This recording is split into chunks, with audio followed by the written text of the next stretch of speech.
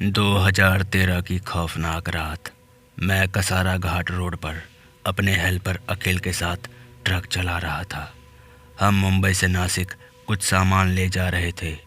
सड़क सुनसान थी और हल्की हल्की बारिश हो रही थी। हम बड़ी मुश्किल से अपने सामने कुछ देख पा रहे थे। तभी कुछ देर आगे जाने के बाद अचानक हमारी नज़र सड़क के बीचों बीच एक महिला पर पड़ी। उसने सफ़ेद साड़ी पहनी हुई थी और उसके लंबे काले घने बाल थे।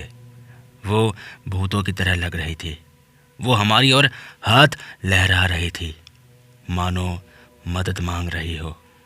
अखिल ने मुझसे कहा कि भाऊ, ट्रक रोको और देखो कि वो क्या चाहती है। मैं झिझक रहा था, लेकिन मैं उसे बारिश में अकेला नहीं छोड़ना चाहता था। शायद वो परेशानी में थी। मैंने ब्रेक लगाया और ट्रक रोक दिया। मैं बाहर निकला और महिला की ओर चला गया।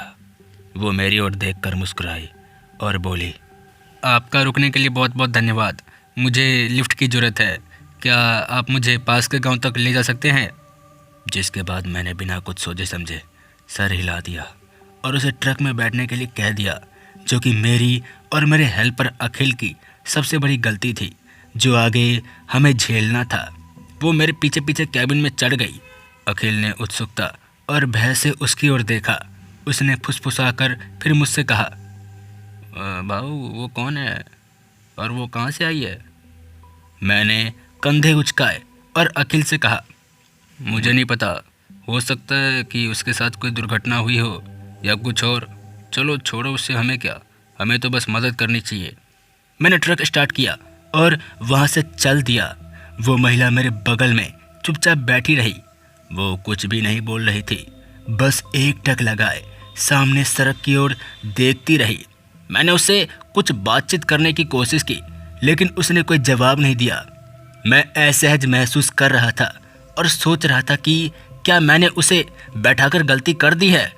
कुछ मिनटों के बाद मुझे कुछ अजीब सा महसूस होने लगा।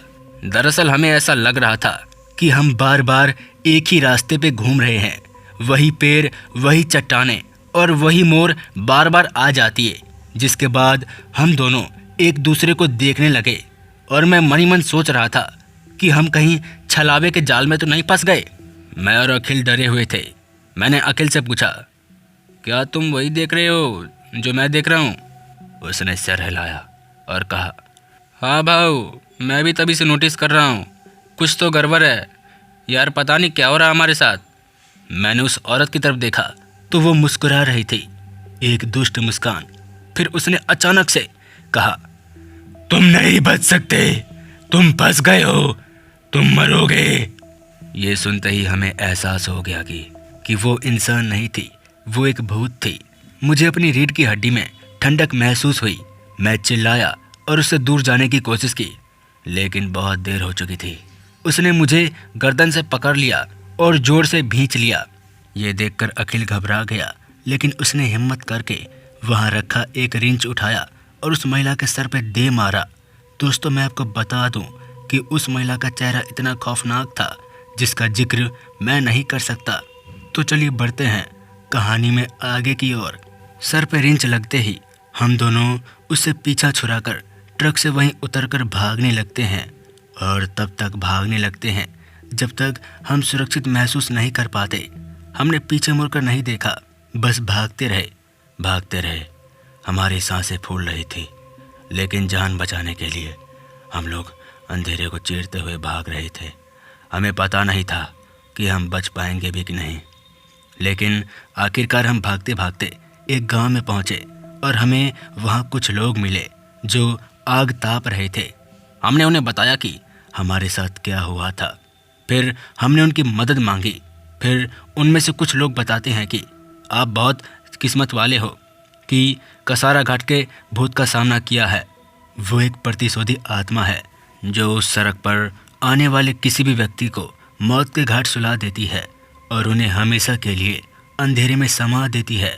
तभी उनमें से वहाँ खड़े एक बूढ़ा आदमी कहता है, बेटा, अब जाओ तुम दोनों, और सामने एक मंदिर है हनुमान जी का, वहाँ दर्शन कर लो, क्योंकि आप लोग बहुत किस्मत वाले हो। कि बच गए। उसके बाद हम वैसा ही करते हैं जैसा चाचा ने कहा था। जिसके बाद हम दर्शन करके आए। फिर चाचा कहते हैं, अब चलो, आज रात आप दोनों मेरे घर पर ही सो जाओ। जिसके बाद हम उनके घर पे सो जाते हैं। तो दोस्तों, ऐसे उस रात हम दोनों की जान बची। मिलते हैं ऐसी खौफनाक कहानी के साथ। तो अगर आप ऐसे ही खौफनाक कहानी चाहते हैं तो मिस्टर खौफ को सब्सक्राइब कीजिए। जय श्री राम।